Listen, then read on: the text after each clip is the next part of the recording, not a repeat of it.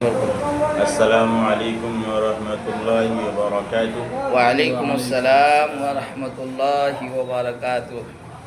আমার প্রিয় নাজরিন, আবার আপনাদের সম্মুখীন চলে এসেছি আলহামদুলিল্লাহ আমার এই দুজন বন্ধুদেরকে নিয়ে।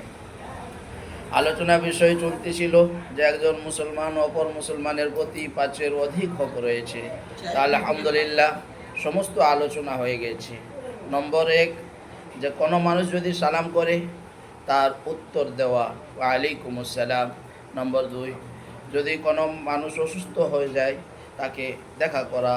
কোনো মানুষ যদি মারা যায় তার জানাজায় শরীক হওয়া। কোনো মানুষ যদি ঠিক আসে সে ঠিকের উত্তরে জবাব দিয়া আলহামদুলিল্লাহ, ইয়ারহামুকাল্লাহ উত্তরে ইয়ারহামুকাল্লাহ বলা।